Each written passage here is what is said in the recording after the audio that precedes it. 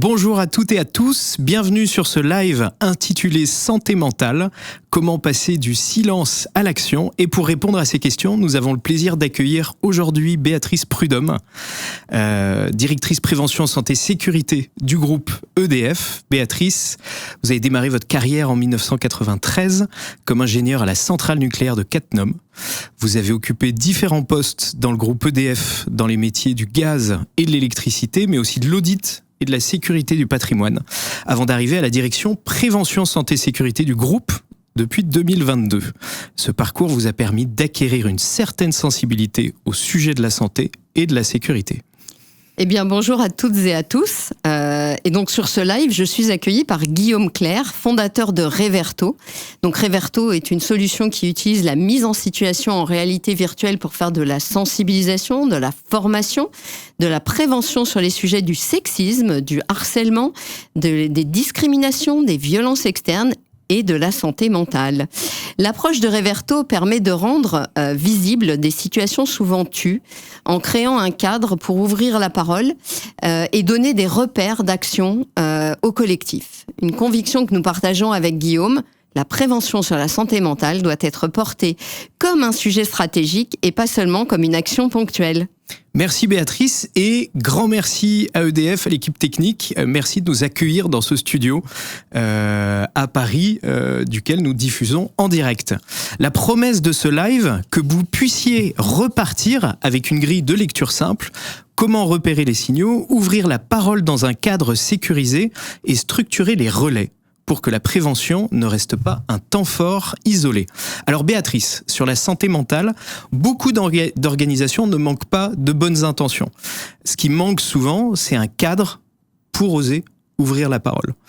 Parce qu'ouvrir le sujet, c'est accepter qu'il y ait des signaux faibles qui remontent, et ne pas savoir quoi en faire peut faire peur.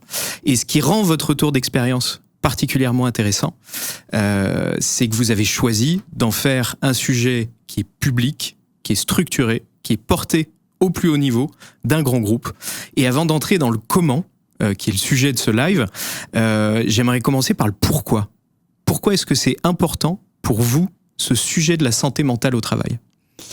Parce que ça concerne tout le monde, Guillaume. Et au-delà du travail, c'est un sujet de société actuelle. L'entreprise n'est pas dans une bulle et doit être en mesure d'adresser les problématiques des salariés. La santé mentale influence la capacité des employés à gérer leur stress, à maintenir un équilibre entre vie professionnelle et vie personnelle et à se sentir motivés et satisfaits dans leur travail. Un environnement de travail qui prend en compte la santé mentale réduit les risques de burn-out, d'anxiété et de dépression et contribue ainsi à une meilleure qualité de vie professionnelle et personnelle. L'environnement de travail moderne, marqué par l'hyperconnexion, les réorganisations fréquentes, la pression sur la performance et sur la surcharge cognitive, crée un contexte où la santé mentale peut se dégrader rapidement et il est important d'adresser le sujet. Donc oui, ce que vous dites, c'est que l'entreprise n'est pas dans une bulle par rapport à la société. Il y a des sujets de santé mentale dans la société, il y a des sujets de santé mentale aussi au travail. Merci. On passe à la première partie. Pourquoi les organisations n'osent pas ouvrir la parole sur le sujet ?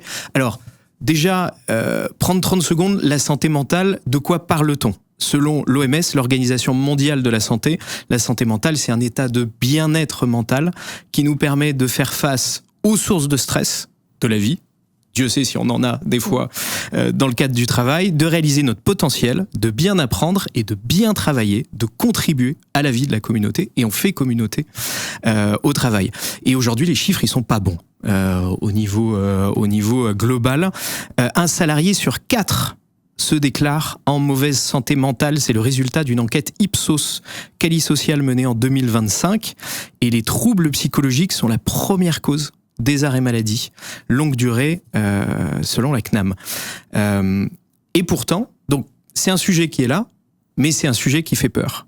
Et c'est un sujet que beaucoup de codires ne veulent pas se saisir parce qu'ils ont peur d'ouvrir une boîte de Pandore. Alors, quand on parle de santé mentale en entreprise, Béatrice, qu'est-ce qui bloque le plus souvent selon vous ? Est-ce que c'est un problème de moyens, de culture, de légitimité, de peur juridique, de maturité managériale ? C'est quoi qui coince ? Je pense que la santé mentale est vue aujourd'hui comme une maladie qui fait peur et qui peut être contagieuse. Cela peut générer donc de la peur si on en parle. Est-ce que ça va enfler si on en parle ? Est-ce que le fait de faire des formations dessus ne va pas générer encore plus d'arrêt maladie parce qu'on en parle ? Parfois, quand les termes peuvent bloquer, il est simple de les adapter tout en étant sur les mêmes sujets et cela suscite moins d'appréhension. On peut par exemple parler de santé psychologique plutôt que de santé mentale. Donc la santé mentale est historiquement considérée comme privée ou intime aussi, ce qui rend les collaborateurs réticents à en parler, par crainte que cela n'affecte leur carrière ou leur image professionnelle. Les entreprises peuvent aussi éprouver des difficultés à se positionner. Le sujet reste plus délicat que la santé physique. Donc le seul fait de parler de santé psychologique, ça change quelque chose ? Alors, est-ce que ça change ? Mais globalement... Les mots sont importants. Oui, les mots sont importants. Et c'est vrai que il est important d'en parler. Donc après qu'on en parle sous le terme santé psychologique ou santé mentale, finalement, c'est la même chose. Mais il faut en parler pour sensibiliser tout le monde et apporter finalement du support aux salariés qui en auraient besoin.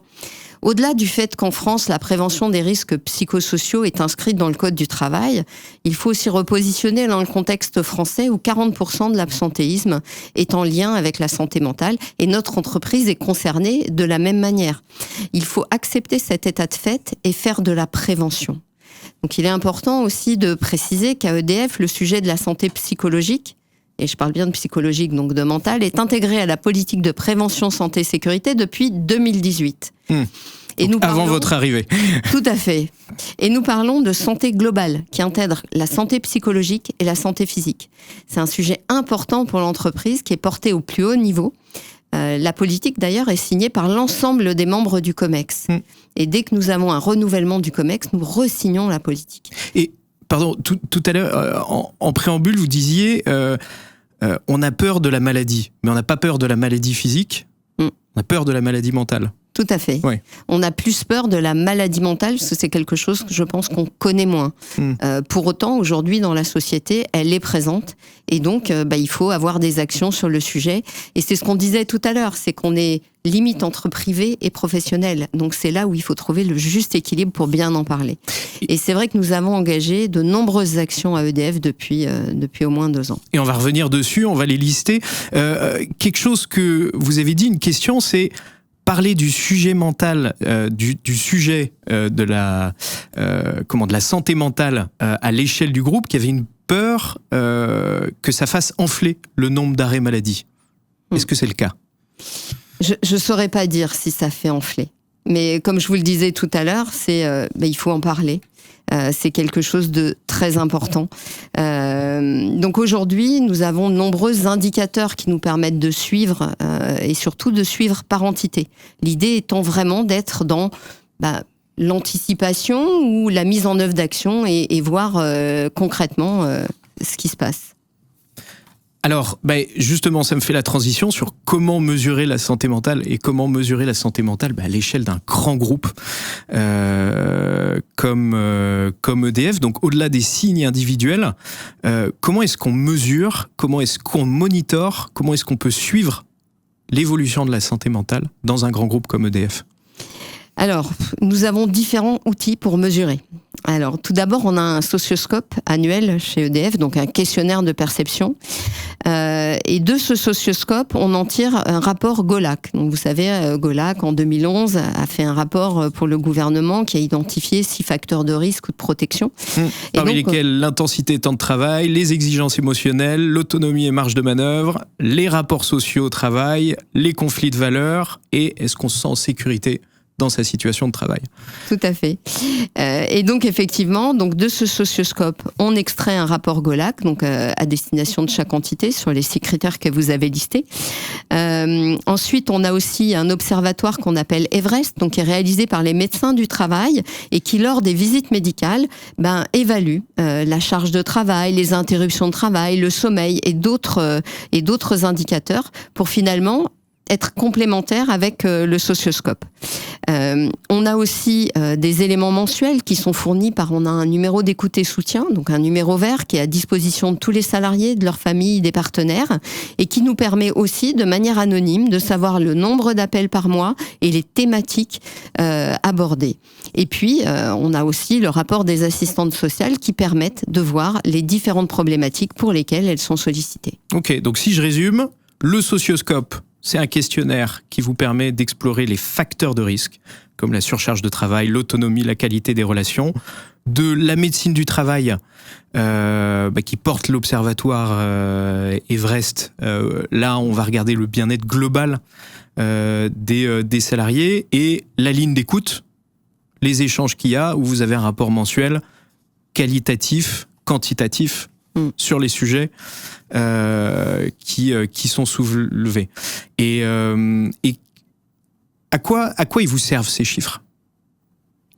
Ces chiffres nous permettent de voir si les actions mises en œuvre sont efficaces, de voir s'il y a des dégradations, et quelque part, la complémentarité des sources de ces chiffres nous permet d'avoir vraiment une photo globale de la situation. Ok. Alors, il y a aussi des chiffres sur lesquels on est très attentif chez Reverto, c'est la capacité d'action des salariés à être vigilants les uns envers les autres. Par exemple, chez Reverto, dans les questionnaires, nous, on va poser des questions sur les items.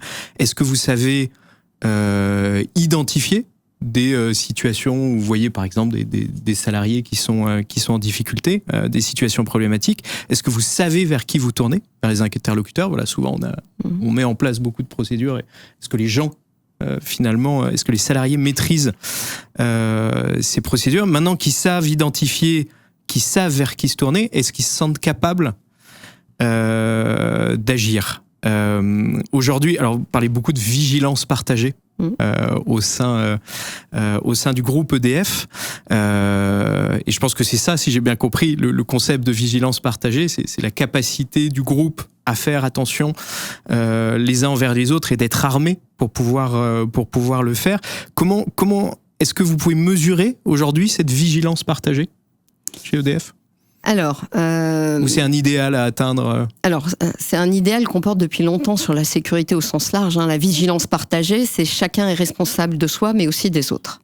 Et donc ça, c'est quelque chose de très important. Pour autant, sur le domaine de la santé mentale, nous avons développé en 2025 une formation pour des équipiers vigilants, qui nous permet de former des salariés à l'écoute, à ce que sont les RPS et surtout à l'orientation dans les dispositifs existants. Donc là, on est vraiment sur de la vigilance partagée, et à la fin de l'année, nous devrions avoir formé à peu près 150 équipiers vigilants. Donc on est vraiment dans cette démarche de, on veut créer ces collectifs. Alors, c'est pas une formation sauveteur secouriste en santé mentale, parce que on fait une formation sauveteur secouriste et puis après il se passe plus rien. Mais pour autant, les salariés qui ont été formés derrière peuvent internaliser des choses. Et l'idée avec notre formation équipier vigilant, c'est de mettre du partage de pratiques à l'issue des situations. Comme ça, les salariés qui sont équipiers vigilants partagent avec des psychologues et n'internalisent pas les différents sujets. Au-delà de ça, notre objectif, c'est vraiment de sensibiliser tous nos salariés à ce que sont les risques psychosociaux, pour vraiment toucher très largement, parce que là, les équipiers vigilants sont les salariés volontaires, les RH, les préventeurs, les managers, les équipes médicales et même les représentants du personnel qui sont confrontés à ces situations, qui peuvent faire cette formation, Et nous avons développé en 2026 donc ce qu'on appelle un pass protection chez nous. 3 passes protection sont des e-learning de 15 minutes, sont obligatoires, dont un sur la santé-sécurité. Et en 2026, nous l'avons dédié au RPS. Ainsi, l'ensemble des salariés, vu que tous les salariés du groupe vont y passer, auront à leur disposition tous les outils du groupe et finalement connaîtront et pourront orienter même sans être équipiers vigilants. Donc, on commence à arriver un peu sur la structuration de l'action, mais oui, c'est d'avoir des référents, les fameux équipiers vigilants qui vont venir distiller, être relais de l'information, et en même temps que tous les salariés soient outillés au minimum, qu'eux soient pas référents, mais qui sachent identifier. Donc, on arrive sur la troisième partie de ce live sur comment, voilà, toutes les actions qu'on peut mettre en place et surtout comment ouvrir la parole dans un cadre sécurisé. Alors, en travaillant ensemble, j'ai listé les actions que vous mettez en place chez EDF. Voilà, elles sont très nombreuses. Donc, si on les liste, il y a le numéro vert d'écoute et de soutien. On a parlé du socioscope, donc le questionnaire qui vous permet d'extraire un rapport Golac. L'analyse des résultats d'absentéisme. Pourquoi ? Le rapport Everest qui est porté par la médecine du travail. Vous avez un contrat cadre sur les RPS. Le recrutement d'une experte RPS en 2024. Vous avez votre réseau d'assistantes sociales, les équipes médicales. Une solution en réalité virtuelle sur la santé mentale. De chez Reverto. De chez Reverto sur les sujets du burn-out, incivilité, harcèlement. On va y revenir. Création, les fameux équipiers vigilants, 150 d'ici la fin de l'année. Des webinaires. Tout à fait. Que vous animez dessus. Le pass protection santé sur la thématique RPS, la mise en place de coaching individuel sur l'addiction, la santé mentale, physique et TMS, j'ai bientôt fini, signature de la charte pour la santé mentale en 2025, intervention dans toutes les formations nouveaux managers et des partages en région sur les sujets avec une conférence avec l'Alliance pour la santé mentale. Vous avez fait des conférences sur la santé mentale des adolescents. On va faire le 29 septembre avec justement l'Alliance pour la santé mentale, parce que ça nous paraissait important. Alors on dit que vie privée, vie perso, la santé mentale. Et donc là, l'idée, c'est de traiter la situation des ados qui sont quand même aujourd'hui très marqués sur des problématiques de santé mentale. Et l'idée, c'est de former à comment on détecte qu'un ado va pas bien, comment on réagit à un parent et surtout comment le parent peut aider et se faire aider. Donc l'idée, c'est vraiment de faire une conférence adaptée aux problématiques de société. Donc c'est là qu'on voit que l'entreprise ne vit pas dans une bulle, mais est intégrée à la société. Et on va revenir sur les équipiers vigilants dans toute cette liste. Pour vous, c'est un dispositif important. Vous avez commencé à expliquer ce que c'était, mais pourquoi est-ce que c'est important, les équipiers vigilants ? Finalement, c'est important parce que sont des gens qui vont être des relais au sein des entités et qui vont être formés pour être des relais. Parce alors l'idée, c'est pas d'en faire des psychologues, pas du tout, mais vraiment de détecter et d'orienter. Enfin, on insiste sur cette thématique-là. Donc, ce sont des psychologues internes qui ont monté cette formation et qui l'animent. Pour l'avoir réalisé récemment, je peux vous dire que je sors avec un autre regard et je suis peut-être plus vigilante à ce qui se passe à l'externe. Voilà. Donc c'est pour ça que ça nous paraissait important de développer cette formation et d'avoir à disposition cet outil qui vient complémenter finalement l'ensemble des autres dispositifs que vous avez listés et qui sont effectivement nombreux chez EDF. Ok. On va parler un peu de réalité virtuelle et on va montrer un extrait, un court teaser sur une des solutions que vous utilisez. Il nous reste 2 semaines avant le lancement. Donc maintenant, je veux des guerriers. Ok ? On se met tous en mode charrette. Soir et week-end s'il le faut. Ouais, mais bon, c'est pas une raison, le travail doit être fait en temps et en heure. Sinon, on s'en sort pas. Ça va, t'as l'air fatigué en ce moment. Hein. Tu comprends pas, j'ai pas le choix, je peux pas faire autrement.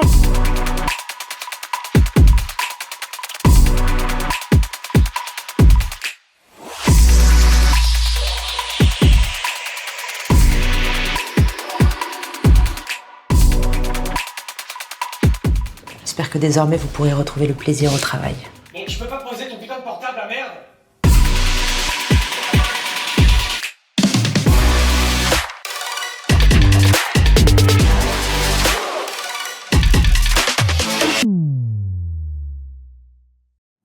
Donc là, on vient de voir, voilà, un des dispositifs, d'avoir un extrait, un des dispositifs que vous utilisez. Alors là, les images qu'on a vues, c'est ce qu'on voit dans le casque de réalité virtuelle. Donc ça se fait en petits groupes de 6 à 12 personnes sur des ateliers d'1 heure, 1 heure et demie. L'expérience dure 15 minutes. Alors là, la thématique, c'était identifier les signaux faibles de l'épuisement.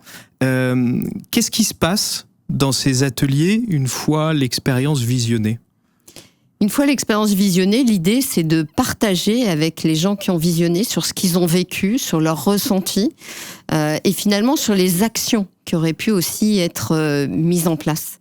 Et c'est vrai que ces moments d'échange, alors peuvent être parfois un peu durs pour des gens qui ont vécu des situations similaires, et ça, vos dispositifs sont très bien faits parce qu'il y a finalement une alerte au début et les gens peuvent ne pas participer s'ils ne le souhaitent pas.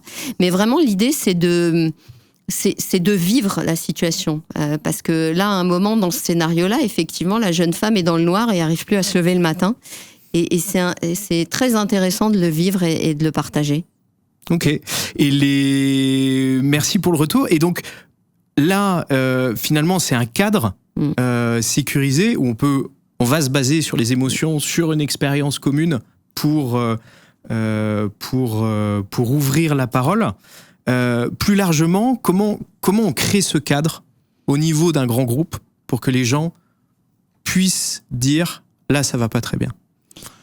Alors, c'est tout le travail qu'on est en train de mener actuellement, parce qu'effectivement, alors, au travers des équipiers vigilants, donc on peut avoir ces capteurs détecteurs, on va dire ça comme ça, mais on est en train de regarder pour mettre en place aussi des espaces de discussion au niveau du travail, pour favoriser cet échange ouvert sur... Mais là, on est bien sur le travail, l'organisation du travail. Donc ça, ce sont des dispositifs qui sont préconisés par l'ANACT sur la QVCT. Et l'idée, c'est de le mettre en place aussi sur les risques psychosociaux, parce que c'est en lien. Et l'équipe de travail peut être un facteur de protection, finalement. Donc ça, c'est important de retrouver ces choses-là. Alors aujourd'hui, il y a de l'échange, du débat, au travers notamment des projets d'équipe annuels. Mais là, l'idée, ce serait d'aller un petit peu plus loin. Et puis, ce qu'on souhaite aussi, c'est que nos leaders et nos managers soient convaincus, incarnent les différents sujets. D'où le portage qui est fait par le COMEX, qui valide la politique depuis 2014. Et puis, ce qui est important, c'est d'engager dans la durée pour que chacun fasse. Donc, nous, l'idée, au niveau de la direction, c'est vraiment d'outiller les managers, les leaders. Et typiquement, les solutions comme Reverto permettent d'outiller. On a aussi des jeux de société qui permettent d'outiller sur la santé mentale pour que chacun puisse s'emparer du sujet et échanger au sein de l'équipe. Et c'est en échangeant qu'on va créer cette confiance finalement, en fixant des règles quand même dans l'échange sur la confidentialité. Il faut toujours un cadre, effectivement, et avec des règles dont la confidentialité. On passe à la dernière partie de cet entretien. Comment structurer une prévention durable? Comment passer du coup de projecteur à une démarche qui est installée dans la durée. Donc, vous avez les outils de mesure, un paquet. Vous avez les outils pédagogiques, un paquet. Vous avez le soutien du CODIR, du COMEX. Le sujet est porté au plus haut niveau. Comment est-ce que vous structurez l'ensemble de la démarche? Eh bien, nous structurons grâce à l'expert RPS que nous avons recruté en 2024. Parce qu'effectivement, tous ces outils existent depuis de nombreuses années pour certains. Et l'idée, c'était vraiment d'avoir quelqu'un pour porter et piloter l'ensemble de ces sujets. Donc, j'ai recruté une psychologue clinicienne qui nous permet d'avoir cette approche très structurée. De plus, il est vrai que cette année, nous avons mis en place un groupe de travail paritaire avec nos représentants du personnel, donc depuis le mois de mai, qui nous permet d'échanger sur la problématique et surtout de partager le plan d'action pour co-construire avec eux. L'idée étant de co-construire effectivement avec les gens les plus concernés. Pourquoi c'est important d'avoir les partenaires sociaux ? Parce qu'ils sont concernés ils sont confrontés aux mêmes situations que les managers et effectivement travailler avec eux. L'objectif est commun. L'objectif est que nos salariés se sentent bien dans l'entreprise et donc en partageant avec eux autour de ce plan d'action, ça nous permet de les avoir aussi comme relais pour porter nos dispositifs parce qu'une de nos problématiques est de faire connaître nos dispositifs au plus près du terrain. Et donc sont aussi des vecteurs de communication comme peuvent l'être nos équipiers vigilants et l'ensemble de nos partenaires, nos préventeurs, parce qu'on a des préventeurs, et on a aussi des correspondants risques psychosociaux dans l'ensemble des entités qui nous permettent de relayer tout ça. Donc la recette, si je comprends bien, pour structurer une pilote, là en l'occurrence psychologue clinicienne, l'appui des partenaires sociaux, un réseau de référents, de relais les équipiers vigilants, les correspondants sur place, voilà, pour pouvoir diffuser. Et en préparant cet entretien, vous me disiez, vous avez une problématique aujourd'hui majeure, c'est communiquer. Ouais. C'est-à-dire... Tout à fait. Comme je vous le disais, c'est-à-dire que au niveau du groupe, on organise énormément de choses. On le voyait, on a fait des webinaires, on fait des formations. Par contre, le constat qu'on fait aujourd'hui, c'est que ces actions ne sont pas connues au plus près du terrain. D'où les différents canaux de communication, le fait qu'on soit présent, par exemple. J'interviens dans les formations des nouveaux managers, donc on a 1h30 dédiée à la santé-sécurité, et on fait un exercice de santé mentale. On travaille sur ce sujet-là avec eux.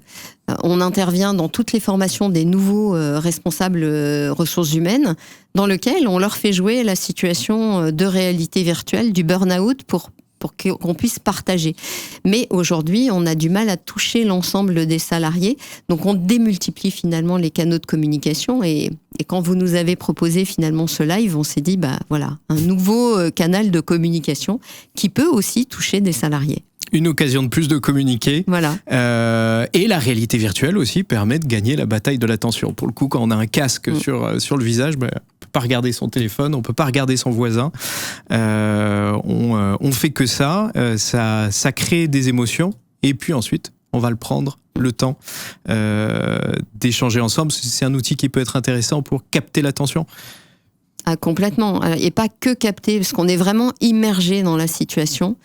Et pour avoir fait l'ensemble de vos scénarios, avant d'acheter, on teste, quelque part, j'ai été bluffée. C'est-à-dire qu'à un moment, on se sent vraiment dans la situation de la femme qu'on a vue tout à l'heure qui fait un burn-out, ou dans la situation... de la personne à la banque qui à un moment va se prendre un coup de poing dans la figure par un client. Et voilà, moi j'ai trouvé ça très impressionnant, et même par rapport au ressenti, aux échanges qu'il peut y avoir. C'est vrai qu'on a de nombreux échanges parce que on met les casques à disposition du groupe. C'est vraiment très très riche, et ça permet aux gens de se dire comment je réagirais dans cette situation-là, quoi faire, comment détecter que ça va pas bien, et quelles sont les limites aussi à fixer. Question pour conclure, si vous aviez un seul message à adresser aux CODIR qui hésitent encore à ouvrir le sujet de la santé mentale, lequel serait-il ? Mais je pense qu'il faut réussir à faire savoir et connaître. Et surtout que chacun y trouve son intérêt. C'est-à-dire qu'à un moment, des ressources telles que la réalité virtuelle, l'information, l'appui, les moyens, il faut réussir à les faire connaître pour que finalement les CODIR ou les COMEX, comme vous disiez, trouvent des outils qui leur conviennent. C'est-à-dire que tous utiliseront peut-être pas la réalité virtuelle, ou tous utiliseront pas les jeux de société, mais pour autant, en mettant à disposition un ensemble de dispositifs et en diversifiant les ressources, ça nous permet vraiment de faire connaître. Et je pense que le message clé, il est là. Il faut pas en avoir peur, parce que la santé mentale, c'est une problématique de société. Nous ne sommes pas dans une bulle, donc il faut traiter les sujets.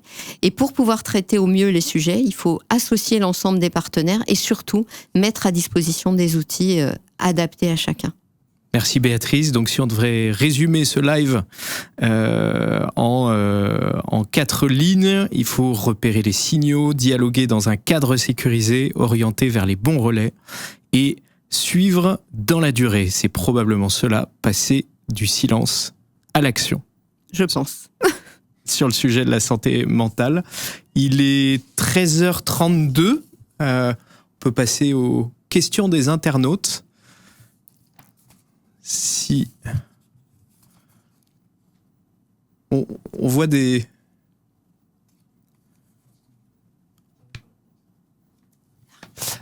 Il n'y a pas encore de questions, Guillaume.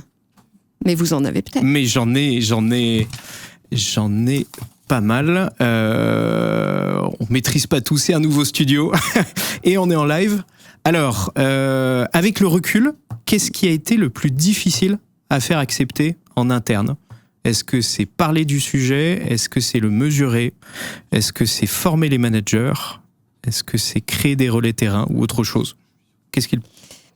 Non, je pense qu'il faut du temps pour intégrer qu'une problématique comme la santé mentale soit vraiment une problématique de société qui touche aussi l'entreprise. Donc c'est plus à un moment faire admettre que quand on fait un webinaire, une conférence sur la santé mentale des ados, vous avez des questions. Mais pourquoi parler des ados ? On n'en a pas dans l'entreprise. Et là, vous dites, oui, mais moi j'ai des parents d'ados, donc à un moment, il faut s'occuper d'eux. Je pense que c'est plus à un moment faire prendre conscience à tout le monde que la société évolue, que les problématiques évoluent et que l'entreprise doit évoluer en même temps. Parce que l'objectif, c'est vraiment le bien-être de nos salariés et puis de prendre en considération l'ensemble des problématiques qu'ils rencontrent. Donc c'est vrai qu'on a mis l'accent sur la santé mentale en 2025 et en 2026 avec des webinaires, avec de l'accompagnement et comme vous le disiez, cette année on a mis en place des coachings. On a aussi recruté une ergonome dans la direction parce que finalement les troubles musculo-squelettiques qui sont notre deuxième cause d'absentéisme, qui représente 14% de l'absentéisme, c'est aussi une répercussion physique finalement des risques psychosociaux. Et donc l'idée, c'est vraiment d'avoir une palette de protection sur l'ensemble des sujets. Donc c'est vraiment faire accepter. Alors juste pour vous faire rire, en début d'année dernière, on avait fait un webinaire sur ménopause et andropause. J'ai eu énormément de questions sur « mais qu'est-ce que tu viens parler de la ménopause en entreprise ?» Mais j'ai dit « mais finalement, vous êtes entouré de femmes qui peuvent être concernées, donc c'est important de savoir ce qui se passe à ces moments-là et de savoir aussi quelles sont les conséquences de l'andropause sur les hommes. » Je vous rassure, Guillaume, il n'y en a pas, donc pas de sujet.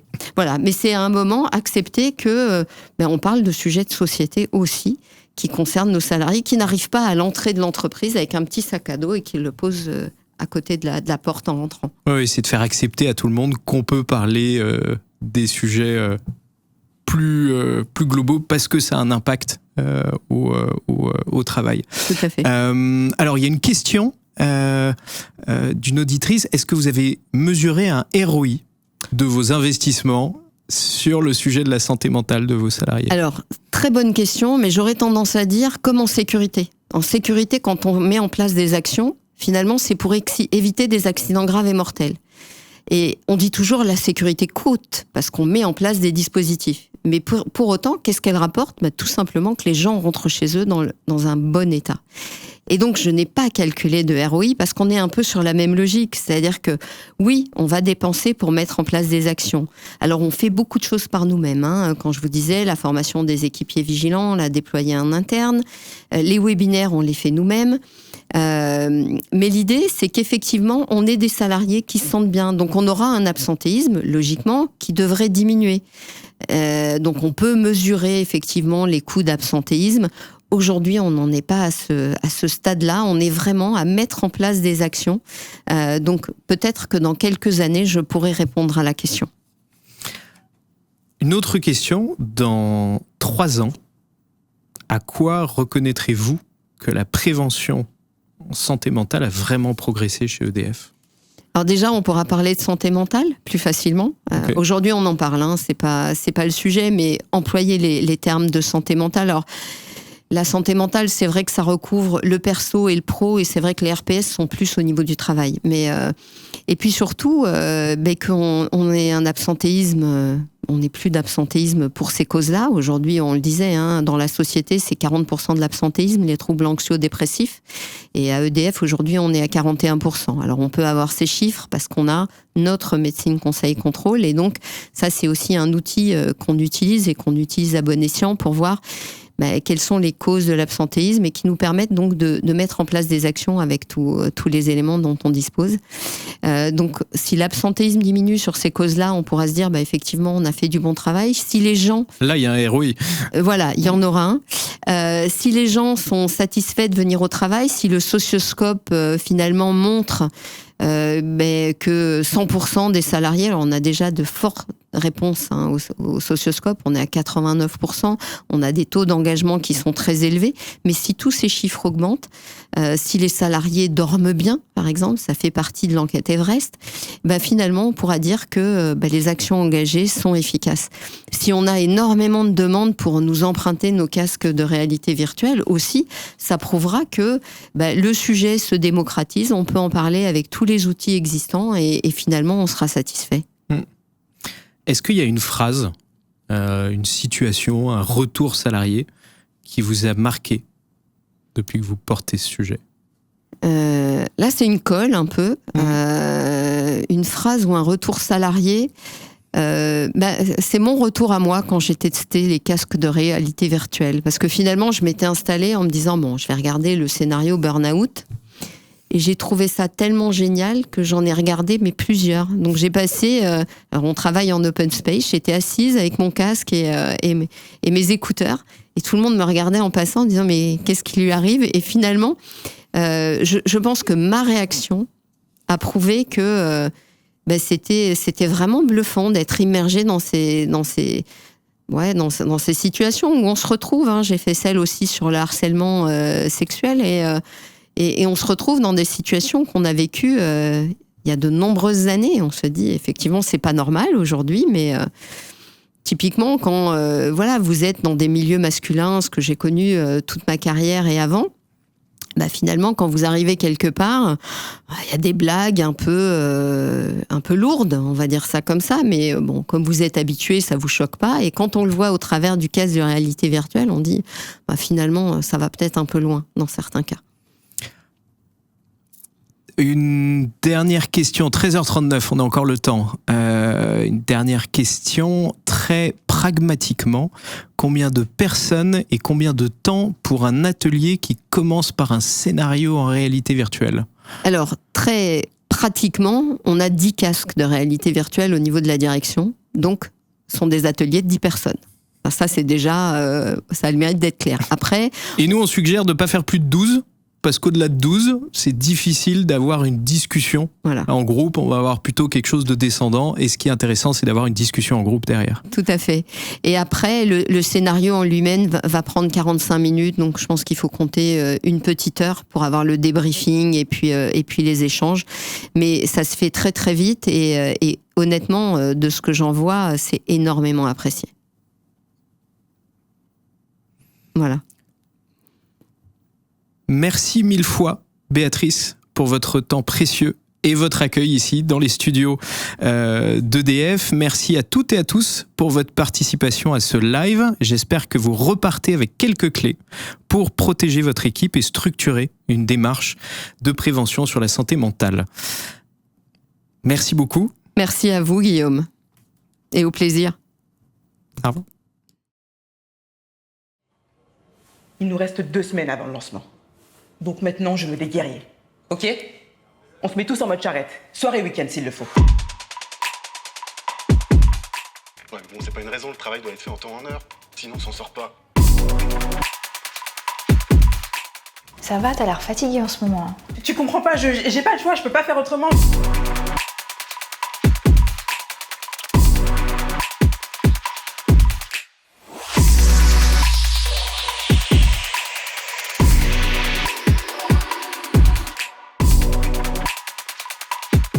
J'espère que désormais vous pourrez retrouver le plaisir au travail. Mais je peux pas